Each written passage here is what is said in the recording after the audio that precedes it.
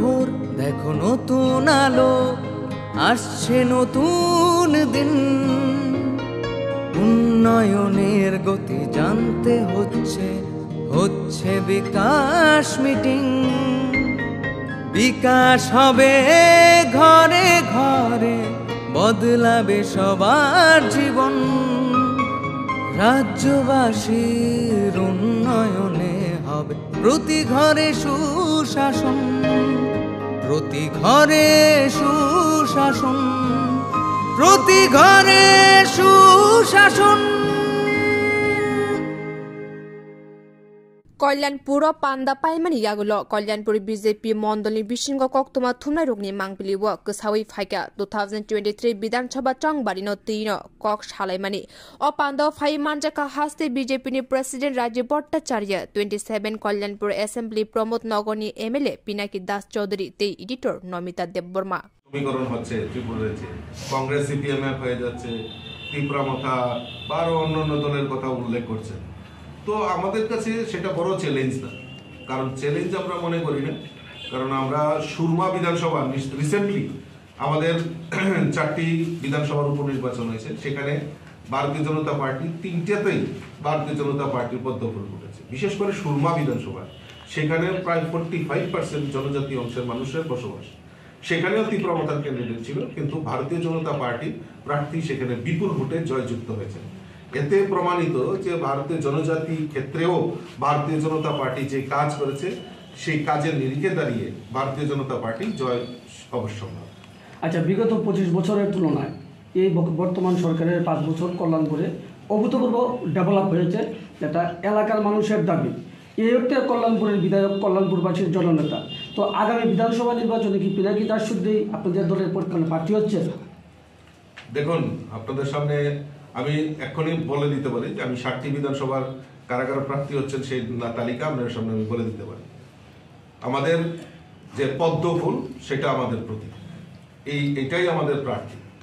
তো সেই পিনাকি দাস চৌধুরী হোক, সুশান্ত চৌধুরী হোক, আর বিপ্লব দেবী হোক, আর ডক্টর মানিক শাহী হোক, যেই হোক, আমাদের চিহ্ন পদ্মফুল। এই পদ্মফুল আমাদের সারা ভারত মানে সারা ত্রিপুরার যে 60টি বিধানসভায় এই পদ্মফুল হলো আমাদের প্রার্থী। এই প্রার্থীদের নিয়ে আমরা কাজ করি। কাজের নিরিখে বিধায়ক পিনাকি দাস চৌধুরীকে প্রদেশ সভাপতি হিসেবে 10-এ কত নাম্বার দিচ্ছেন? এটা কোনো প্রশ্নের উত্তর না। আমার কাছে আমি খুব গর্ব করে বলতে পারি, আমি যখন সভামঞ্চে বসেছিলাম, আমি আমার বিধায়ককে আমি বলেছি যে আপনি যে কাজগুলি করেছেন কল্যাণপুর, আমি আজকে থেকে না, বহুদিন প্রায় 90 দশক থেকে আমি কল্যাণপুরে আমি আসা যাওয়া রয়েছে, কিন্তু এই ডেভেলপমেন্ট আমি নিজের চোখে দেখেছি। এই এত উন্নয়ন কল্যাণপুরে, এটা একটা ইতিহাস রচনা করেছে। বিধায়ককে আমি মঞ্চেই আমি ধন্যবাদ অলরেডি জানিয়ে দিয়েছি। জেলায় জেলায় মেলা হবে, হবে ক্যাম্প শিবির, সরকারি সব সুবিধার থাকবে হাতায় ভিড়। আধার কার্ড বা প্যান কিংবা কিষাণ কার্ড, বাকি যা আরো আছে মনে রাখেন স্যার। সব সুবিধা দিতে এখন হাতের কাছে প্রশাসন, সফল হবে প্রতি ঘরে সুশাসন, সফল হবে প্রতি ঘরে সুশাসন। সেটা হলো আমাদের কোনো এই ভারতবাসী যাতে না খেয়ে যাতে মৃত্যু না হয়, তার জন্য বিভিন্ন পরিকল্পনা কেন্দ্রীয় সরকার নিয়েছে। ফ্রি চাল, রেশন শপে চাল দেওয়ার থেকে শুরু করে আমাদের যারা প্রধানমন্ত্রী জনধন যোজনায় ব্যাংক অ্যাকাউন্ট করেছে তাদেরকে টাকা, তাদের ব্যাংক অ্যাকাউন্টে টাকা প্রদান করা, ওয়ান নেশন ওয়ান রেশন, সেই পদ্ধতিতে যারা পরিযায়ী শ্রমিক তারাও যাতে তার সুবিধা নিতে পারে তার ব্যবস্থা করা, এবং সবচেয়ে বড় জিনিস যেটা হলো অক্সিজেন প্ল্যান্ট। আমাদের এই ত্রিপুরা পার্বত্য রাজ্য ত্রিপুরাতেও আপনারা জানেন যে করোনার সময় অক্সিজেন প্ল্যান্ট, আমাদের বিভিন্ন ডিস্ট্রিক্ট হসপিটালেও আজকে অক্সিজেন প্ল্যান্ট, এবং উত্তর পূর্বাঞ্চলের মধ্যে সবচেয়ে বড় অক্সিজেন প্ল্যান্ট এই ত্রিপুরা রাজ্যের IGM হসপিটালে সেটা প্রতিস্থাপন হয়েছে। তো এই যে করোনা পরিস্থিতি, সেটাকে ওভারকাম করে মানুষ সুস্থতার দিকে ফিরে, এবং দেশের অর্থনীতি যে আজকে সারা বিশ্বের থেকে আজকে ভারতবর্ষের অর্থনীতি যে মন্দা, সেটা কিন্তু অনেকটাই ওভারকাম করে আজকে স্বাভাবিক গতিতে ফিরে এসেছে।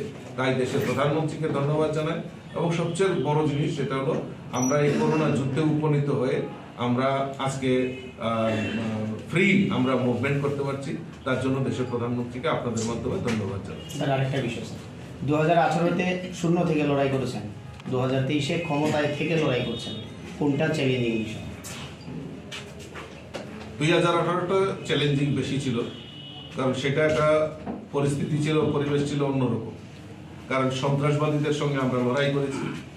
আপনারা বিশ্বাস করবেন না, আজকে কল্যাণপুরের মতো জায়গায়ও আমরা শহীদ দিবস পালন করছি। সেই 96-এর সেই কালো দিনটাকে সামনে রেখে আমরা আজকে শহীদ দিবস পালন করেছি। আমাদের 2017 থেকে 2018 রেডিয়াসের মধ্যে আমাদের 11 জন কার্যকর্তাকে ত্রিপুরার যে খুন হতে হয়েছে। চানমোহন ত্রিপুরা, নিশিকান্ত চাকমা থেকে বীরলাল সরকার থেকে শুরু করে 11 জন কার্যকর্তাকে নৃশংসভাবে হত্যা করা হয়েছে। আমাদের বহু কার্যকর্তাকে বাড়ি ঘর ছেড়ে তাদেরকে আগরতলা রাজধানীতে আশ্রয় নিতে হয়েছে, মিথ্যা মামলা দিয়ে জড়ানো হয়েছে। এই অনুকূল এত কঠিন পরিস্থিতির সঙ্গে লড়াই করে 2018-তে ভারতীয় জনতা পার্টির সরকার ত্রিপুরায় প্রতিষ্ঠা হয়েছে। আর 2023-এ ভারতীয় জনতা পার্টির সরকার পুনঃপ্রতিষ্ঠা হবে। দৃঢ়তার সঙ্গে বলতে পারি এই কারণে, কারণ সরকার মানুষের জন্য যেই কাজগুলি করেছে সেই কাজগুলি মানুষ, আমরা ঘরে ঘরে যাচ্ছি, মানুষ দুহাত তুলে ভারতীয় জনতা পার্টিকে আশীর্বাদ করছে। আমার মনে হয় যে খুব একটা চ্যালেঞ্জ আমাদের মধ্যে হবে। 60-এ কত স্যার? 60-এ 60। আমি সভাপতি হওয়ার পর থেকেই আমি সেটা বলে আসছিলাম যে 60-এ 60 ভারতীয় জনতা পার্টি সরকার পুনঃপ্রতিষ্ঠা হবে। অনেকে হয়তো বলতে পারে, আমাকে ফোন করে বলেন দাদা একটু চাইলে কম চাইলে পারতেন, কিন্তু আমার মধ্যে আত্মবিশ্বাস রয়েছে। আমরা যে কাজ করেছি মানুষের জন্য, সেটা দৃঢ় বিশ্বাস যে আমরা সমস্ত বিধানসভায় ভারতীয় জনতা পার্টি করতে দাদা ত্রিপুরা উপজাতি একটা সংগঠন করেছেন, বিষয়টাকে কিভাবে দেখছেন? দেখুন, আজকে আঞ্চলিক দল তার অবস্থান কি, আপনারা অনেক সময় রাজনৈতিক সমীকরণ হচ্ছে ত্রিপুরার, কংগ্রেস সিপিএমএফ হয়ে যাচ্ছে,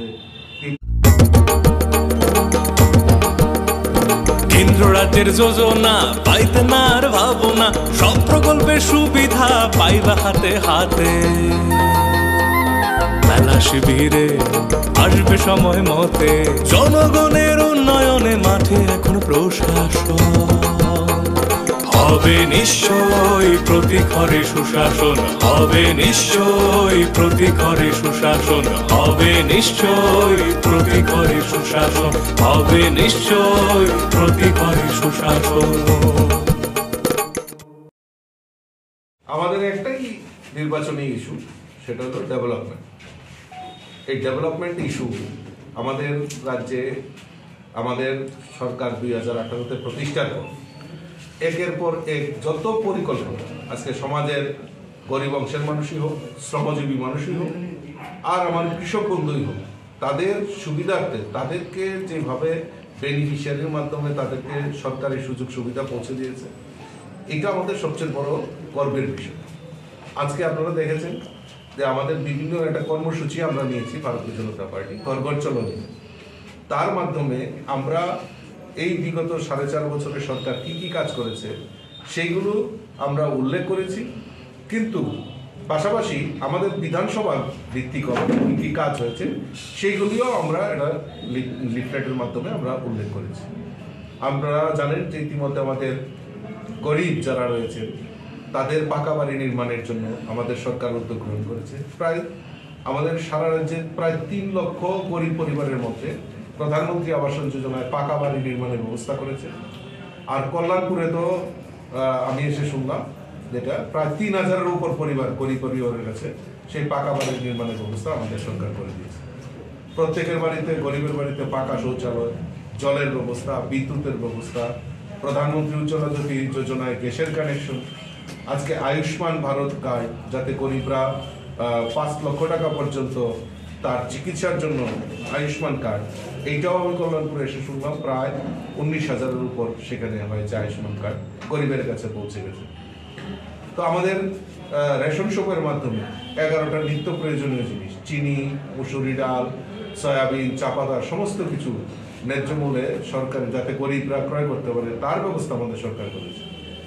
সামাজিক ভাতা 2,000 টাকা করে ঘোষণা করেছে, আমাদের সেটা কমিটমেন্ট ছিল।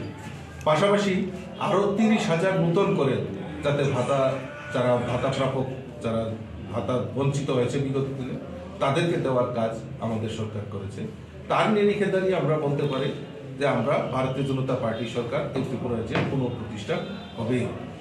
স্যার, করোনার যে একটা গ্যাপ ছিল, করোনার এই দীর্ঘ 2 বছর অনেক জায়গায় আপনারা বলেন, আলোচনা সবাই অংশ নিয়ে, এই বিষয়টাকে কিভাবে ওভারকাম করেছেন?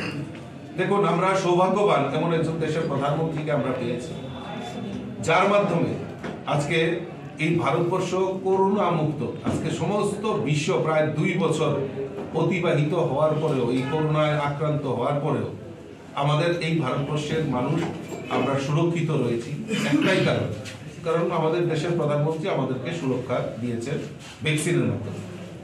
আমাদের দেশ ভারতবর্ষ এত ছোট দেশ, কিন্তু সেখানেও গরিবদের জন্য বলুন আর সবার জন্য আমাদের ভ্যাকসিন ফ্রি করে দিয়েছে। অথচ যেখানে আমাদের বিকশিত দেশ আমেরিকা, চীন, জাপান সমস্ত জায়গায় ভ্যাকসিন পয়সা দিয়ে, সেখানে মানুষ সেখানে পয়সা দিয়ে এই ভ্যাকসিন লাগাতে হতো, আর এই ভারতবর্ষের মতো জায়গায় সেখানে ভ্যাকসিন ফ্রি করে দিয়েছে। এবং আমরা সমস্ত জায়গায় সমস্ত অংশের মানুষ সেই ভ্যাকসিনের আওতায় এসেছি আমরা। এবং সবচেয়ে বড় লক্ষণীয় যেটা, শোনেন শোনেন মা বোনেরা, শোনেন দিয়ামন, নারী সশক্তিকরণ চায় সরকারে প্রশাসন। কালো দুয়া থেকে তারা মুক্তি পাইছে, উজ্জ্বলা যোজনা তাদের হাসি ফুটাইছে। এইভাবে তো মহিলাদের হবে উন্নয়ন, তাই তো বলি প্রতি ঘরে হবে সুশাসন, তাই তো বলি প্রতি ঘরে